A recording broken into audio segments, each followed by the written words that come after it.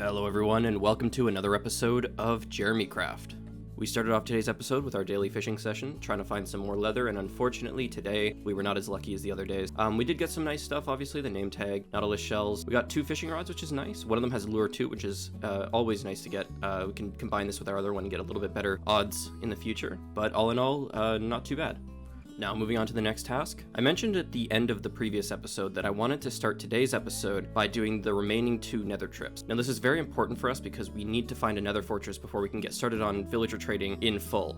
Without potions, we can't cure the villagers, which means we can't get low enough trades to make villager trading a viable solution for getting diamond tools. So we're really quickly going to try and do our last 2 trips, which are, I believe, east and south. So I'm going to get started with that, and hopefully I'll see you guys in a bit when I've found the nether fortress.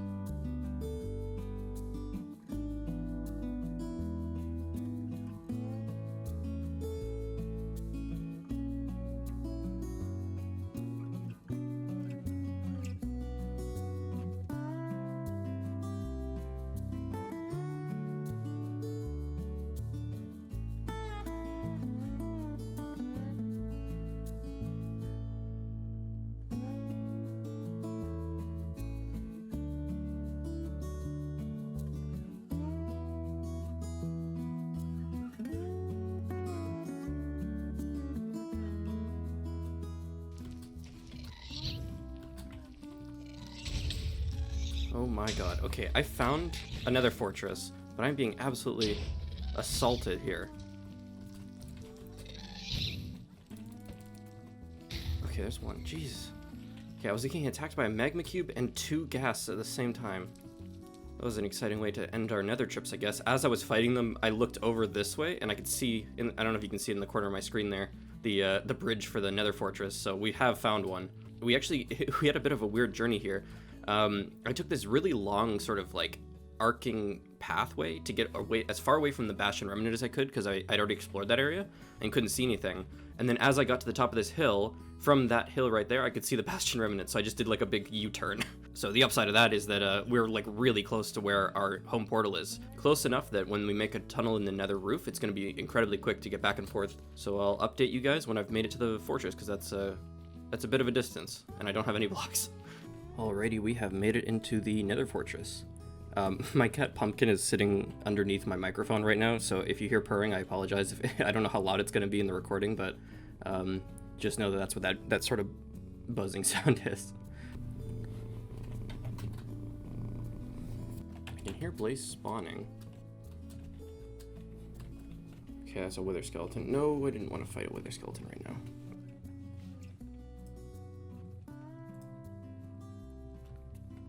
Do I? Come back, you coward. Oh god. Wait, I made this too low. Yes. Okay, I hear a lot of blaze, which makes me think that might be a blaze spawner right over there. Yes, okay, we got a blaze spawner. This is super close. Well, I'm very likely going to die pretty soon if I keep fighting these guys and exploring, and I don't have a lot of durability left on my axe. Oh my god. Literally as I'm talking. Yeah, so I'm gonna make an exit. I don't know if I have enough durability in my pickaxe to make this staircase. Unfortunately, since our pickaxe broke, we have no means of getting home safely, so I think I'm actually just gonna drop all my stuff in a chest here, and then we're just gonna kill ourselves and come back, now that we know the coordinates, through the nether ceiling, so we don't have to worry about any mobs or traversing the terrain, because the terrain was incredibly tough getting over here. So I'm gonna do that really quick, and I'll meet you guys back when I have more stuff.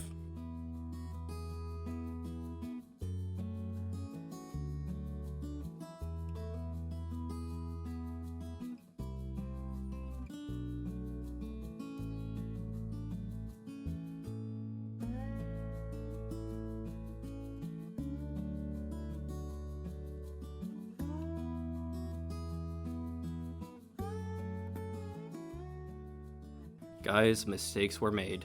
I was absentmindedly talking to my friend, and I was just, swiping at a creeper, and it blew up and almost killed this sheep, and did kill a chicken.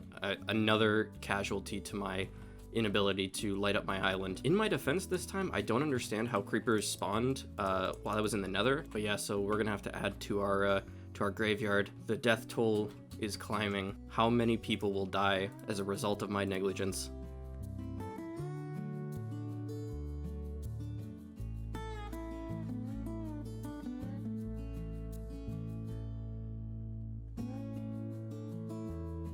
I think I'm gonna have to make lighting up this island a priority this episode. Alrighty, we are back from our trip to the Nether Fortress. We were able to get 12 blaze rods from the blaze spawner that we found, which is going to be more than enough for now. We only really need one blaze rod at the moment for potion brewing because we already have a brewing stand from the village we found. So we just need a little bit of blaze powder to fuel the potion brewer, and then we can get started on making those weakness potions. The additional benefit of this, which I haven't really talked too much about, is the fact that we're going to be able to use these to find a stronghold soon, which I'd really like to do as soon as possible.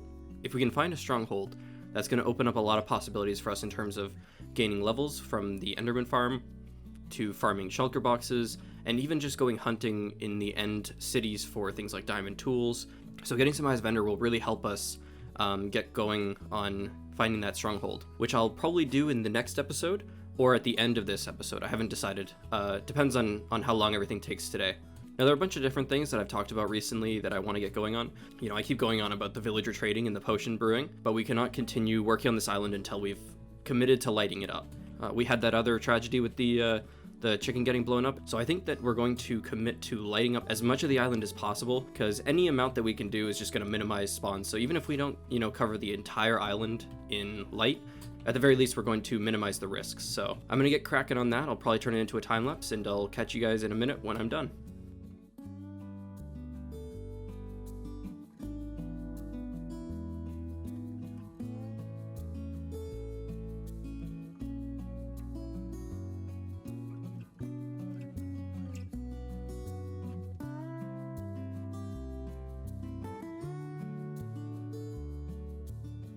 What have I done to my beautiful island? You can see now why I say I hate torch spam. I feel like it completely ruins the look of the island. It just looks so messy. But it wasn't necessary in this case for step 2, which is this, putting the leaves down on top of the torches. So I'm going to get going on that, and another quick time lapse and I'll be done.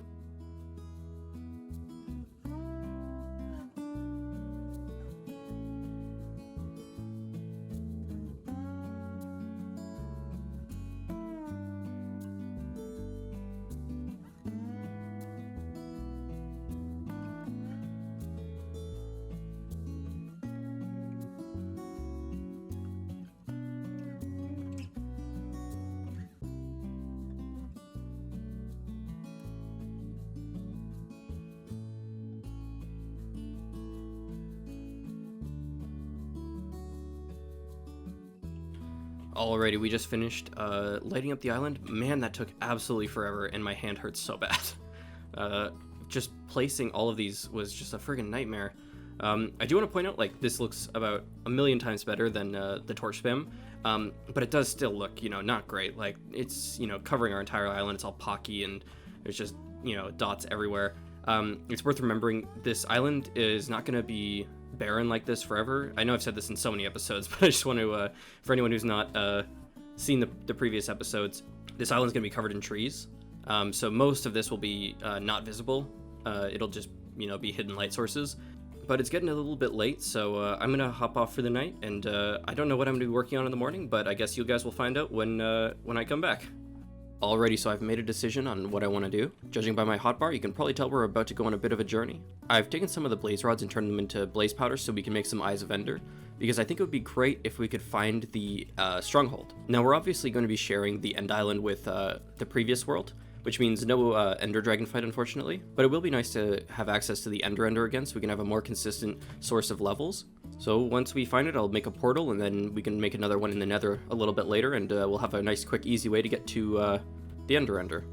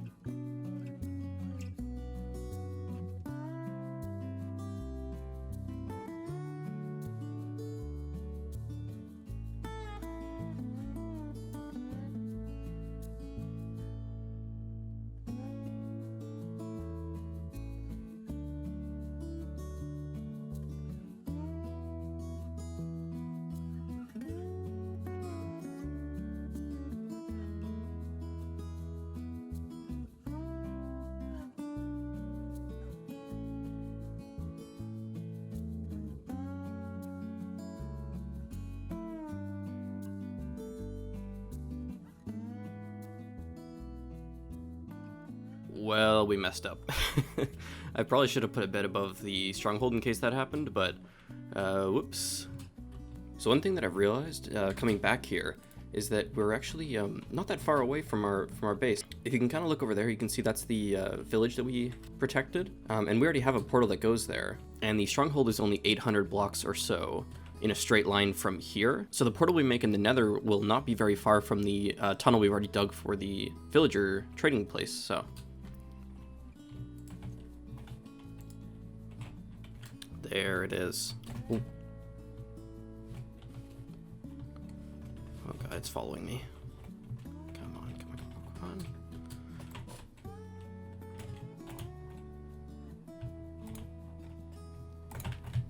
on. Oh, thank god.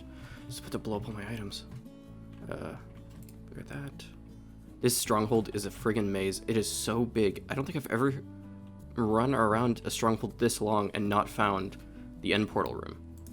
Like, it's, I just keep finding more and more rooms. Is that it? Oh, thank god, okay. Oh god. Please, please, please, please, please. I don't want any more. Oh my god. Oh my god, there's so many missing. Well, I'm a bit disappointed that there weren't more eyes in here because I was hoping for a quick, easy way back home, but to be fair, it's actually not that far away, so I'm just gonna make my way back. I'll mark off the exact location of here so we can come straight back down into this room. I'll catch you guys back on the island.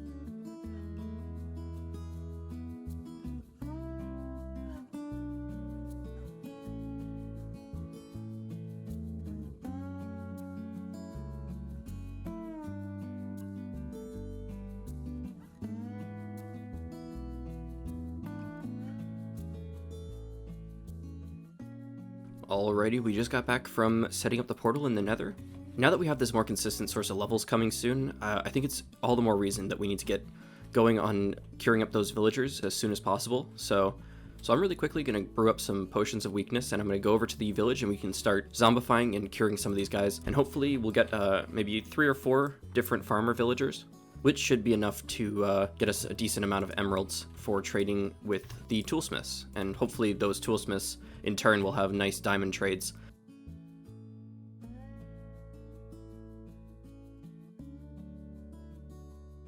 And there we go. 3 splash potions of weakness. So because these are splash potions, we can actually hit multiple villagers with each one of these. So what I'm going to try and do is get groups of at least 3 villagers into small areas, and then I'll hit each group of 3 with 1 potion, so we can get up to 9 or so villagers with these 3 potions.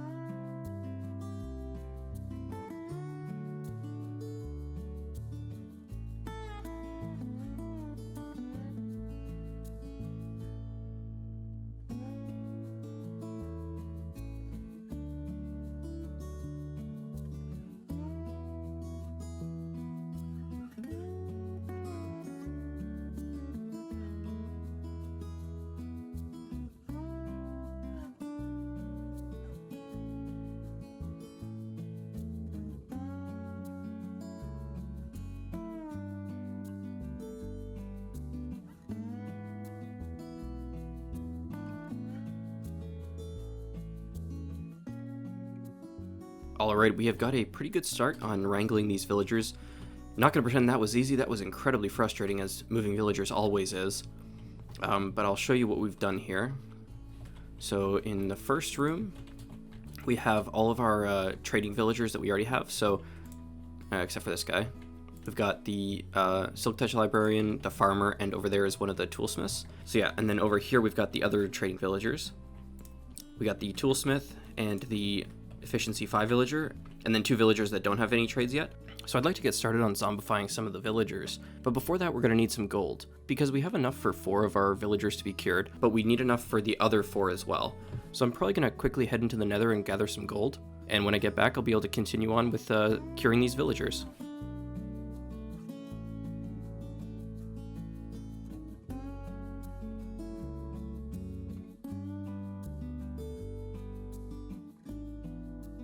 I am just realizing a huge flaw in my plan. These are not zombified villagers. In my head, I was thinking we would just zombify them in their positions, but we obviously cannot do that. Alrighty, I've got a new plan. So we're gonna have to put all 8 of these villagers somewhere close to a zombie that we capture and let them all turn into zombies in the same sort of area. And then from there, I will grab all of them with minecarts through the corner of the blocks. And then I should be able to put them into pens using minecart rails that are already oriented this way, where they're all really close together, so I can use the splash potion on them. So I'm gonna have to get going on that. I don't know how I'm gonna get all the villagers into one area though. I think it's best if I maybe find a way to transport these guys over here. Alrighty, I'll get started on that. I'll catch you guys when I've made some progress. Alrighty, I have been moving villagers for the past half an hour.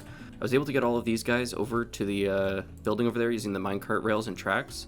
So I'm going to get all of the gold in the nether that we need for curing up these guys, because that's, you know, step 1. And I really don't see a way of us getting 8 name tags very quickly unless we get really lucky with our next like fishing sessions. But considering I want to try and get this done relatively soon, it seems like our best option is to zombify them and then just sort of figure out a way to get them. Ooh, I've just had a thought of how we can do this. We can put them all into minecarts before they are zombified, so that when they get zombified, they're still sitting in a minecart. That way, when we hit them with the splash potion and the curing, they won't attack each other. I'll do some testing in a creative testing world to make sure that when they get zombified, they don't hop out of their minecart. But if the testing goes well, then I think that's what we're gonna do.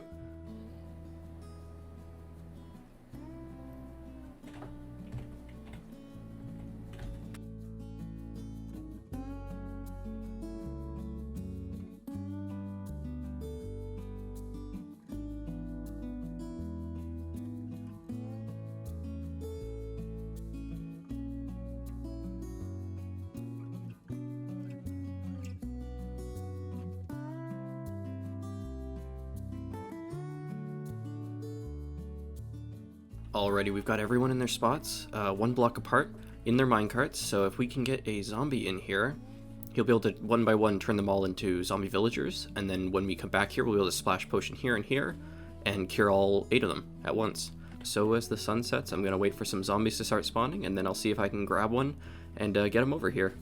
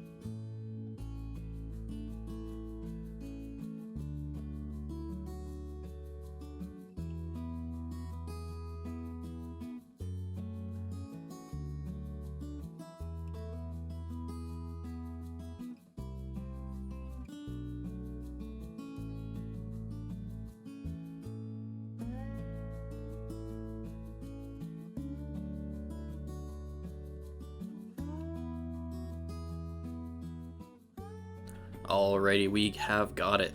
All 8 villagers have been cured back up, which means they will not despawn anymore, obviously. I died, I can't even count how many times. This room I built here was way too small and not very well thought out. I've died so many times setting up this project, so I'm very glad that it's all done, but we've got a pretty good start there. We got 8 villagers to trade with now, which is really going to speed things up. I think I'm going to keep them in there just for now until I've gotten all 8 of them locked in with their trades. And then I'm going to put all their workstations somewhere close by so I can keep an eye on them and make sure that they're all, you know, still alive and safe and all that.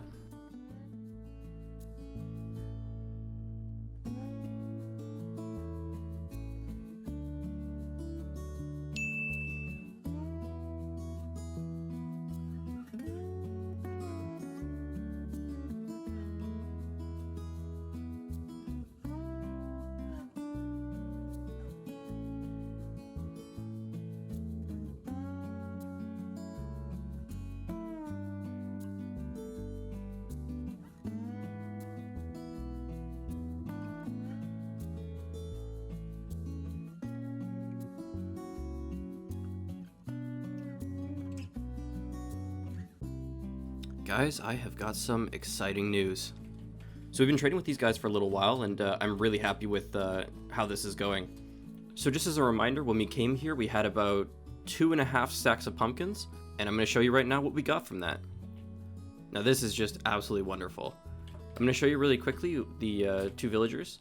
So we've got our toolsmith here, who has a diamond axe for 1 emerald, a diamond shovel for 1 emerald, and a diamond pickaxe for 1 emerald, which means 3 pumpkins will get us almost a full tool set. And then our other villager is selling an axe as well for 39 emeralds, not worth really anything for us, but they are selling a diamond sword for 1 emerald. So I guess I should have said 4 pumpkins for a full set of tools. On top of that, we have the farmers all the way through their trades, so now we can get 3 golden carrots for a single emerald, which means that a stack of pumpkins will give us 3 stacks of golden carrots.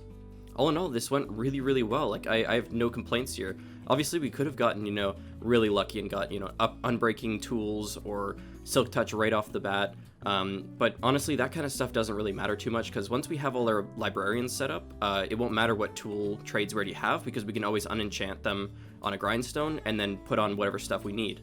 So in the future, we're going to need to get a couple extra villagers. We need a mending villager, obviously, and probably an unbreaking villager as well would be good. And then we're going to need to get an armorer villager as well. Despite the fact that I don't like wearing armor, it's pretty useful for us when we're making farms and stuff to be able to defend ourselves a little bit better, because I am not so skilled in the combat. So at some point in another episode, we'll come back here, cure up 3 more villagers and get those guys set up for us, and maybe make a more official trading area. I had to put these sort of down where they were because other villagers that didn't have a profession would wander over here and like latch onto these workstations, which was causing some problems. So maybe in the future we'll separate these and have, you know, like a farmer building and a librarian building and an armor / toolsmith building. That way we can separate these guys by profession and make it a little bit easier to find who we're looking for. But that's all stuff for another episode. I think we're going to wrap it up here. Thank you so much for watching. As always, if you have any questions or suggestions for things you'd like to see us build in this series, please leave a comment. That aside, thank you so much for watching and have a wonderful day.